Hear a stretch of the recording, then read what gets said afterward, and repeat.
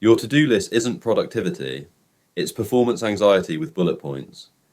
We've turned existence into a project management spreadsheet. Wake up. Optimize, produce, monetize your hobbies, turn your passion into profit, build your personal brand whilst meal prepping for efficiency. And at the end of the day, when you've ticked 17 boxes and added 23 more, you wonder why you feel like you've accomplished absolutely nothing that matters.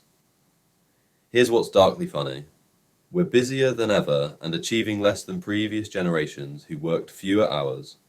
We've got productivity apps to manage our productivity apps, morning routines that require a project manager, evening wind-down rituals that need scheduling 3 weeks in advance. We're so busy optimizing our lives that we've forgotten to actually live them.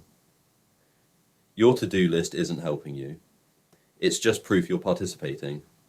Evidence for a trial where you're both defendant and judge, constantly asking, am I doing enough? The answer, by the way, is always no, because the list never ends. It just multiplies, like a particularly aggressive form of bureaucratic cancer. And here's the bit that stings. Most of what's on your list doesn't actually matter. Not in the grand scheme, not even in the small scheme. It's just tasks. Things you've convinced yourself are urgent because urgency feels like purpose. Respond to emails. Update LinkedIn. Optimize your morning routine. Read that book everyone's reading so you have something to say at dinner parties you don't want to attend. Tasks designed to make you feel productive whilst producing nothing of actual value. We've confused motion with progress, busyness with importance, a full calendar with a full life. And the truly brilliant part, we did this to ourselves. Nobody forced us. We just agreed, collectively decided that exhaustion is a status symbol and rest is for the weak. Your to-do list is a contract you wrote with yourself, agreeing to be disappointed daily, because the list is never finished. That's not a bug. That's the design. Productivity culture has convinced us that we're never doing enough, that there's always another level, another optimization, another hack. Meanwhile, we're too busy task managing our lives to notice we're not enjoying them. You're not failing at productivity.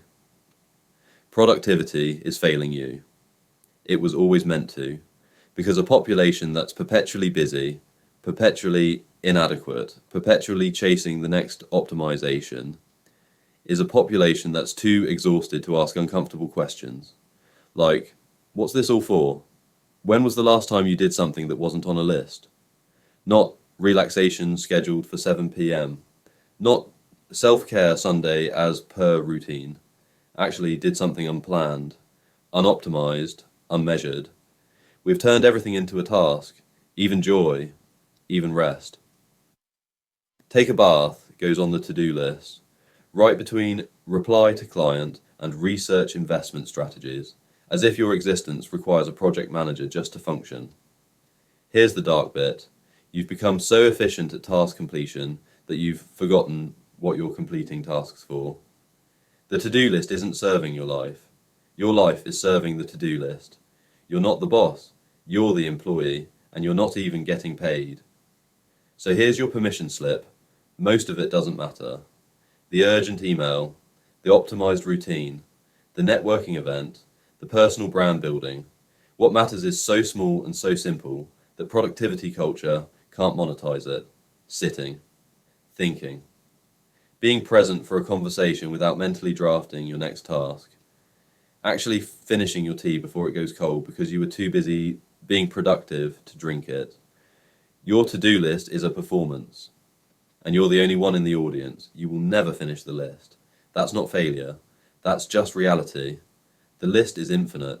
Your time is not. So maybe the question isn't, how do I get through my to-do list? Maybe it's, why do I need one at all? Subscribe if you've ever felt more accomplished doing absolutely nothing than completing 17 tasks that didn't matter. You're not lazy.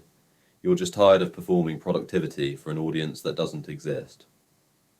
Welcome to the Overthinking Department, where we've made peace with unfinished lists and cold tea.